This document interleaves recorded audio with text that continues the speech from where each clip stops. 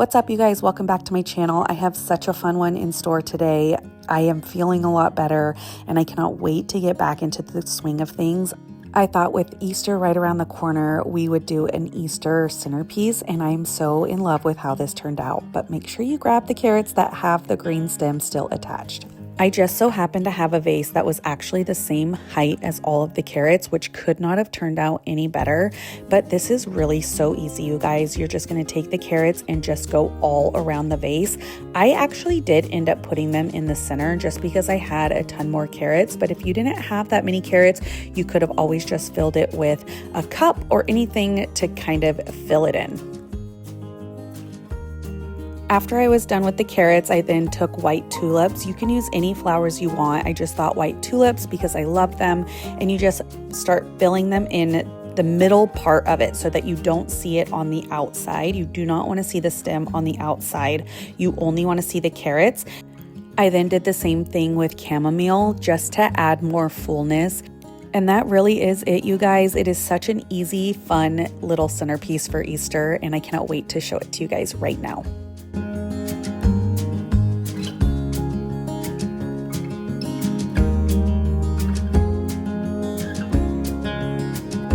I actually had so much chamomile left over, I thought I would make fun little chamomile ice cubes for the kids. This is such a fun little springy thing to have to then put with their juice or water. It's just so cute.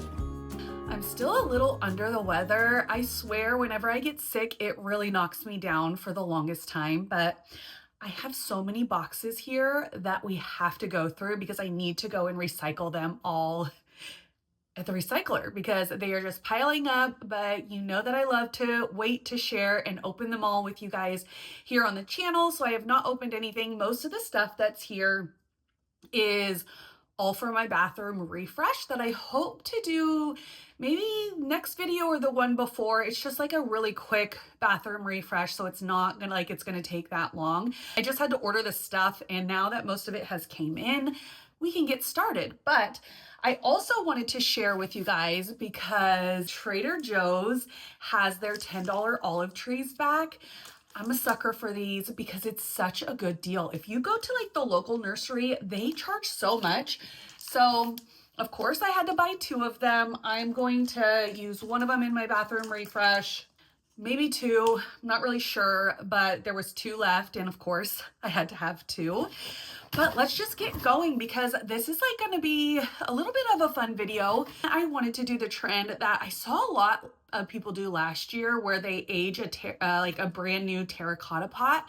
So I wanted to see kind of how that turned out. And then I want to put the bistro set that you guys saw from my last video. I'm going to go where I want it to go because I'm sure my hydrangeas have like a couple years before they're like big and beautiful and like how I picture it. But I wanted to put it up by the pool because I wanted to be able to use it and I don't want to keep it in the garage. And I wanted to do that at the end of last video, but I got sick. I'm gonna hang curtains. I should get the curtains. I got them gifted to me from 2 pages. They are just white shears. I just wanted to keep it nice and bright and airy, super organic, of course, and just very earthy. And so I thought those would be the best for the space. So I just got black curtain rods, the same curtain rod that I always use in every single space of my house. I went with black because I have the black chandelier in here and then the black curtain rod. And since my bathroom is connected to my room, I don't know, do you have to keep it kind of the same? Also, we have black fixtures in there, which I want to change out. I'm not really like a matte black fixture kind of gal, but it came with the house. And since we're not doing that like remodel right now, we're just going to keep it. But black wouldn't be my color of choice. I normally love unlacquered brass, or I really love like the not polished nickel. What's the other one where it looks like it's like aged, you know? I don't even know. Okay, so this is just a black curtain rod. So I'm gonna have Chris have him hang that. Also, he's downstairs smoothing out the last part of the dining or the living room, and then we're gonna hang the beams. So hopefully that project's done because then I really need to finish the entryway and then move outside. Our backyard, like I've said so many times, is just dirt and weeds, and I want like a fun place for my kids to hang out. This package is just from Artifact Uprising. I'm working with them again for their Mother's Day shoot, and you guys, I love this book so much. So Willow is 5 and she's so into art. So I got her this little book, and I make one of these books every single year with this same leather bound, with the same, like I just put the year right here and the year up here. But I thought it would be really fun to make her like own little coffee table book of like all of her favorite art that she has drawn over the year. So I love this. This, I feel like when she saw it, she was so excited. And like now she's like spelling and writing things. And so she wrote, I like mom. So of course I had to include it in the book. But I just thought this is so cute. You know, we always go out and buy everyone else's coffee table books of all of their art, whether it be, you know, interior design or whatever your interest is. So why not have it be your kids' books and have them on display? As a mom, I have the hardest time throwing away any art. I become such a hoarder because I'm like, oh, this is so sentimental. Like, this is so sweet, knowing that they're never going to want that, you know, but this she could love. And so when Zion gets a little bit bigger, I plan to do the same thing with his art as well. But right now he's just like coloring and like scribbling. It's not like this worthy. It's worthy. Don't get me wrong. But not for as expensive as these books are. But these are such heirloom pieces. And I got I do the leather bound only because I do have the linen for our wedding album, but I feel like the leather bound is so timeless, and I love the linen, which is what I was gonna do, but every time you touch it, it kind of gets a little bit dirty, and these pieces are gonna be around forever. Like, my kids will have these, hopefully they'll pass them down. So I wanted to get the leather to see if it would age and become like more beautiful as time went on. We just have so many from like all the years. So now we could add this little collection to it as well. And I just love these books. I love Artifact Uprising. I feel like the prices are pretty expensive, but I budget in for it every year unless I'm going to like be working with them, you know, because I'm like, they're just so good. And for me, I want something that I'm going to have forever to be of the quality that I want. So I'm not willing to go like any cheaper or anything like that. Like, I want it to be beautiful, especially because it's on display in my house. And then Willow is also really into like wanting pets, and we have 3 dogs. And so she just always wants like a new cat. And I'm like, we cannot have a cat because of what happened with Snowball. If you know, you know. By the way, he is planted right here and he is in full bloom. And you guys, he is so beautiful. So at this time of year, which is crazy because it's almost been 3 years since he passed, and every year, it'll be 3 years next month.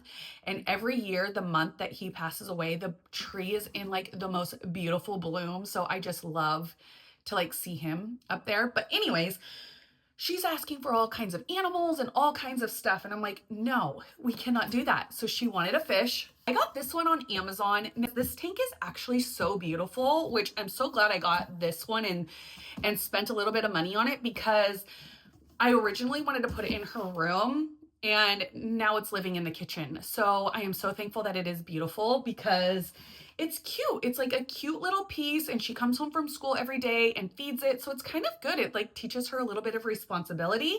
So I thought I would include that since I got it.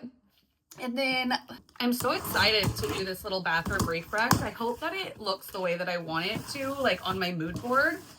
Oh, this is the rug that I got to put in front of the tub. Now I just wanted to keep everything like natural.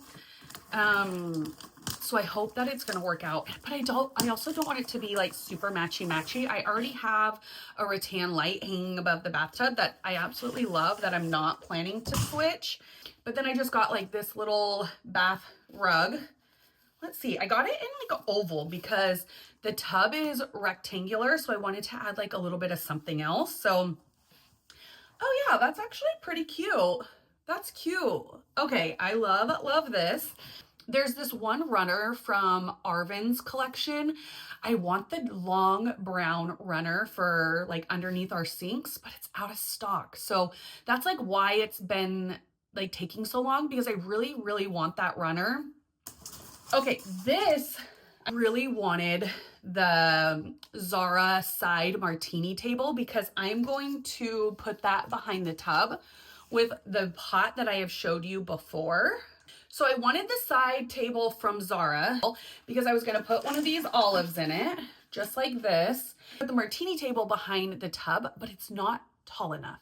So I have been on the hunt for a tall side like martini table, and I ended up getting this one off of Amazon only because it was, I want to say, 5 inches taller than the one from Zara. Even though I love the one from Zara better, this one is a really good option.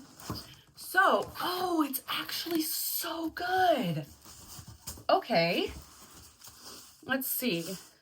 Okay, this is cute. Look at the little base.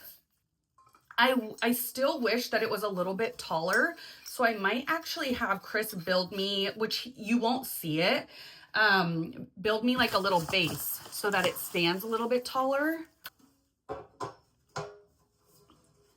But I really wanted something because I have like a lot of woods.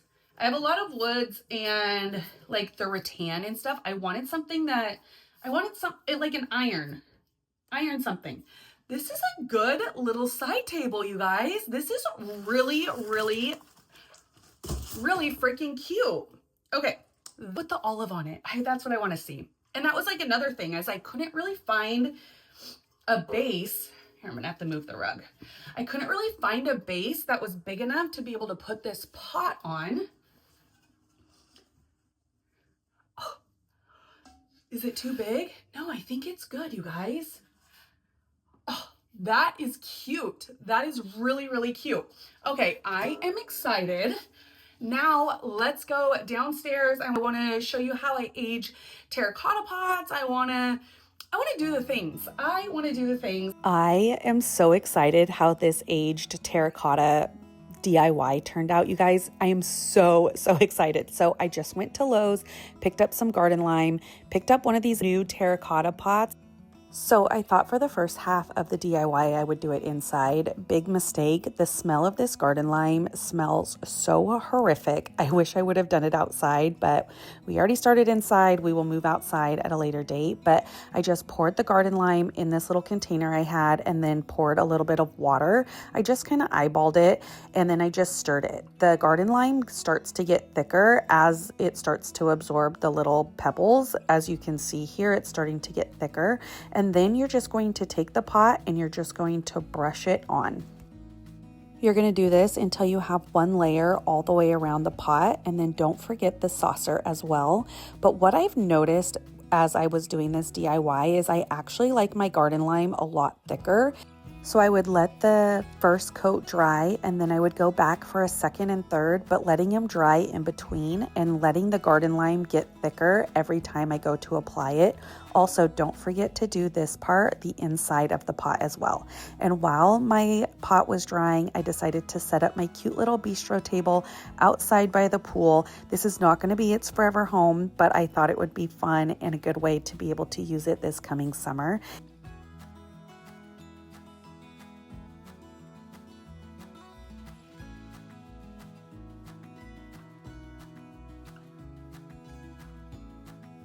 All right, now that the pot is dry, let's go do the next step. So I ended up grabbing some 220 grit sandpaper. As you can see, it's pretty caked on, and that's why I liked when the garden lime was thicker, because it gave it this type of consistency. The more watery, I felt like it did not give it a good aged look. So I just went around the whole pot and just started kind of getting off some of the harder on, like stuck on pieces. And then I grabbed some leaves and just started rubbing this on to kind of give it that green, like mossy look to it. And this was actually my most favorite part of the whole DIY, is seeing the green on the pot. I just thought it really did look aged and that it had been sitting out there forever. I just loved it so much.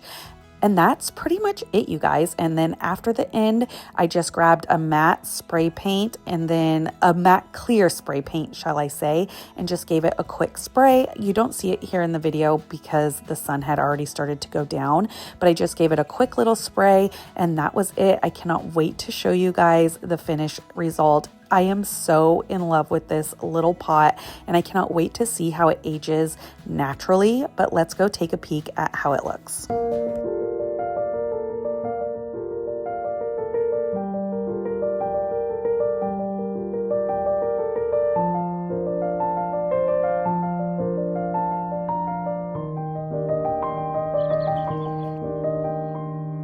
All right, you guys, and that is it. Thank you for watching another video of mine, and I cannot wait to see you guys in the next one. Bye.